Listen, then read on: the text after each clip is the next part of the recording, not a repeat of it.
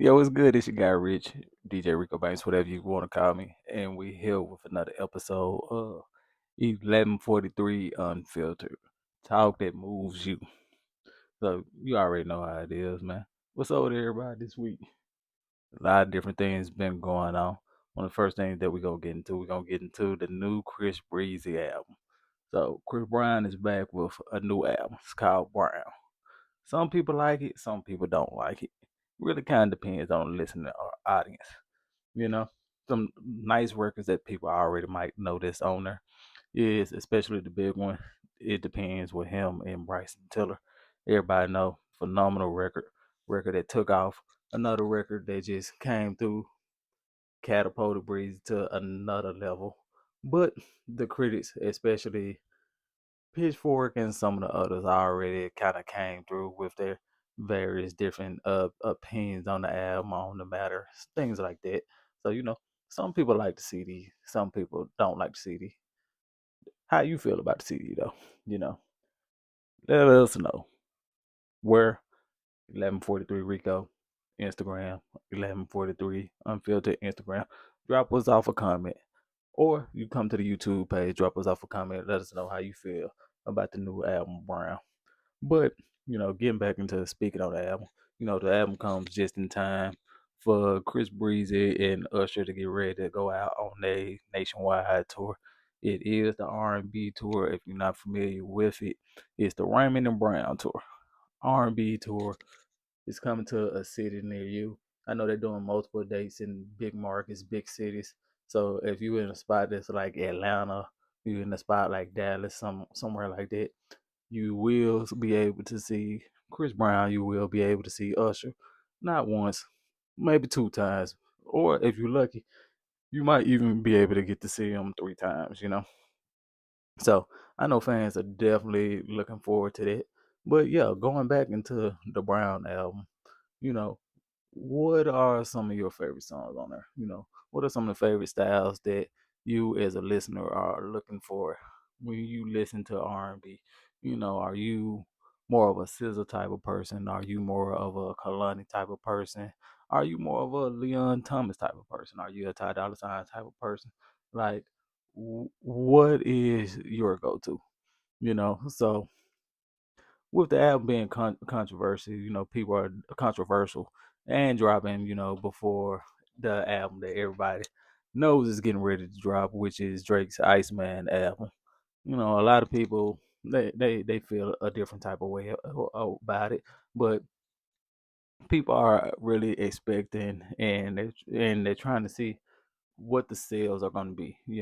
So a lot of the sales projections right now have been stunning some of Chris Brown's fans because, I think that people were expecting the numbers to come out to be bigger, but also at the same time, you gotta look at the times that we in. But with the album being 27 tracks long, that's a surprising part.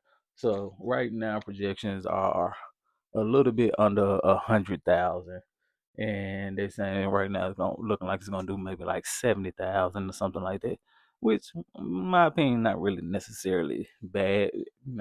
It's 27 songs. Right now, some of the songs on there are kind of a toss up, depending on what your taste is. Right now we're gearing up for summer, so it's not a lot of summer records on the album, but it is a lot of good records and a lot of good feel good records on there that are worth repeating. You even got companies like Billboard that's actually out here ranking all of Chris Brown's albums. So I think for Chris Brown right now, he's happy because it's putting his music at the full spotlight, especially getting ready to go toward the tour, and people are actually, focusing on the music, which is it's always good when people focus on the music and pay attention to the music. That brings the audience out to the shows. That brings the fans out to watch the music videos, to listen to the critics, the bloggers, all those people actually give their opinions, their feedback, all these things on the record. So, it has people talking, and at the end of the day, that's one of the most important things. Another thing that has people talking right now in the music world is Rolling Loud. So Rolling Loud returned to Orlando this weekend for this past weekend for 3 days. It's a 3 day festival. Um, One of the big takeaways from the show, starting out, was NBA YoungBoy was supposed to be one of the headliners. YB pulled out of the show but before it even took place. Pooh Shiesty was supposed to be on the event, with his situation that he got going on. He wasn't able to perform. So you get this switch up in the lineup already.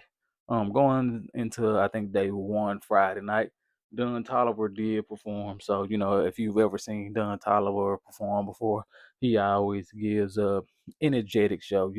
He always approaches the stage with full force. He brought out Yeet during his performance. So he just dropped the Octane album, and he came out there and did definitely some of the songs that people wanted to hear. No matter if it was E85, no matter if he was doing the Body record, Callback, Gemstone, all these different type of records. Him and he even did the Rendezvous song.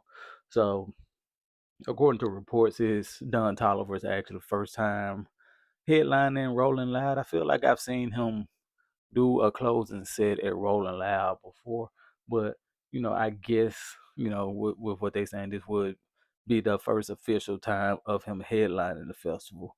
With no NBA YoungBoy, the the final day closer I think was Soldier Boy. So you got Soldier Boy come out. He did, of course, classics like Turn My Swag On. He did records like Donk, and of course Crank That Soldier Boy. So Soulja Boy, he's a great performer, but I think it threw people off because you end up with a festival of a lot of new performers, which I think could kind of be a good thing and kind of be a bad thing. I think the organizers, like, if they knew the show was going to end up being the way that it was, I think they probably would have went in there and switched up the lineup. But I think it might have. I think it was kind of last minute, so I think I already had, like, they set times and things like that already situated and already positioned. But it had some people on there who I like. I think they had Bella Gang Cushington on there. I know I seen YK Nisi performing. Of course, Sexy Red came through there and did her thing. But then I'm always surprised to see people, especially the artists who I'm not really familiar with, perform. I know Young Thug, he came out and performed with a guy, I'm not really sure of his name, but I feel like he came out to somebody else's set besides Ken Carson. I know he was there for the Ken Carson thing, but then you had other people like Teases performed, Chowley, Netspin. It's some of these guys I'm still getting familiar with their names, familiar with their music. Outside of D1, which I thought was a surprising ad, because I like to see Christian hip hop, Christian rap at the forefront too, getting more shine. I know Rolling Loud had My House Minnick on there before, so seeing D1 do a set, I thought that was kind of dope because D1, especially with him being from the South, he brought a little extra flair to it, and I think that might have surprised a couple people. So I always love to see that. But I think besides those guys, I think the biggest person that I knew out of the newer acts that was on there was like Black Boy Max, and he went viral for throwing the fans' phone like in the crowd after they threw it on stage for him to take pictures and stuff like that. So Rolling Loud's always like an interesting event, but also at the same time, it's one of those events, one of those festivals that's really built around the youth, and it's one of them things that specifically I feel like is always for the new generation. So some of the performers, with me being older, I'm gonna like and I'm not gonna like. So I feel like my opinion ain't the most valid opinion when it comes down to that area. But talking about the type of stuff that I like I said, this week the big thing is Iceman. We all looking at Iceman. We all got our own expectations for it. what it's gonna sound like, what the music video is gonna look like, what is the episode is gonna look like.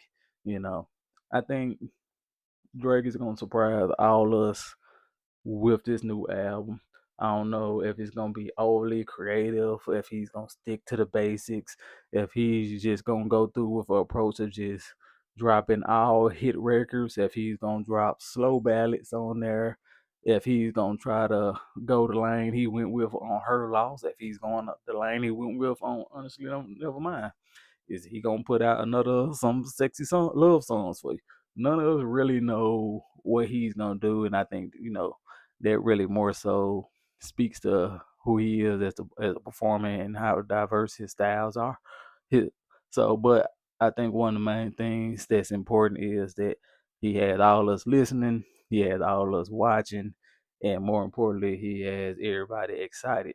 So if you got any opinions on the Iceman album, you want to talk about it, you know, hit us up in the comments. Hit us up on Instagram 1143 Rico. Hit us up on Instagram 1143 Unfiltered. Or you can hit us up on YouTube 1143 Unfiltered. Let's talk about it. Let's chat about it. Let's discuss it. Until next time, we out. I appreciate y'all listening. I appreciate y'all tuning in. I am Rich, DJ Rico Banks. This has been 1143 Unfiltered. And until next time, peace.